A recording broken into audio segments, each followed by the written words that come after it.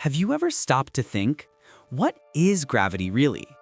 Not just a force pulling you down, but a cosmic illusion. Over 100 years ago, one man realized that gravity isn't a force at all. It's the bending of space and time itself.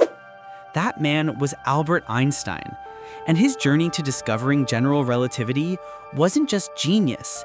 It was a roller coaster of imagination, mistakes, and one happiest thought that changed the universe forever. At the start of the 1900s, physics was broken. Isaac Newton's law of gravity worked great, until Einstein showed that time and space aren't absolute. They stretch, shrink, and twist depending on how fast you move. But there was a problem. Newton's gravity acted instantly across space.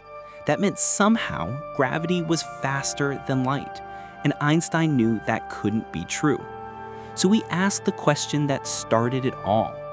What if gravity isn't a force, but something deeper? In 1907, while working at a patent office in Switzerland, Einstein had what he later called the happiest thought of my life. He imagined a man falling off a roof.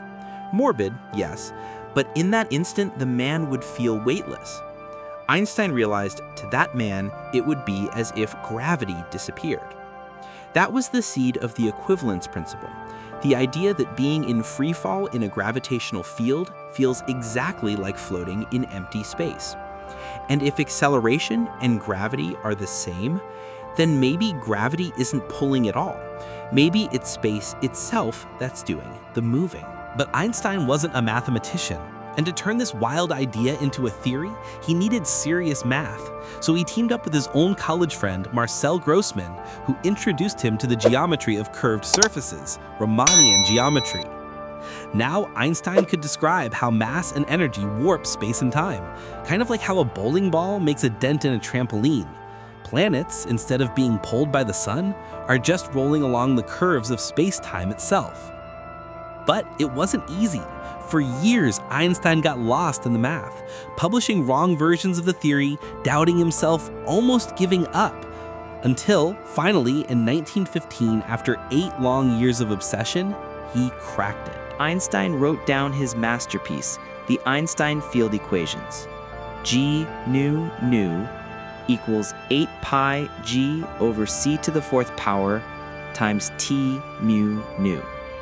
In simple terms, matter tells space-time how to curve, and curved space-time tells matter how to move. And the universe suddenly made sense. Mercury's strange orbit explained. Light bending around stars predicted.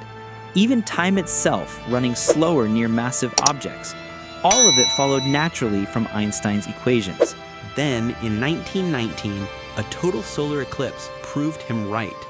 Light from distant stars bent exactly as Einstein predicted. The newspapers shouted, "Revolution in science! Newton overthrown!"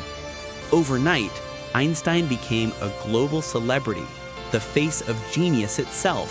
What's truly magical isn't just that Einstein figured out the universe. It's how he did it, with imagination. He didn't build fancy labs or massive experiments.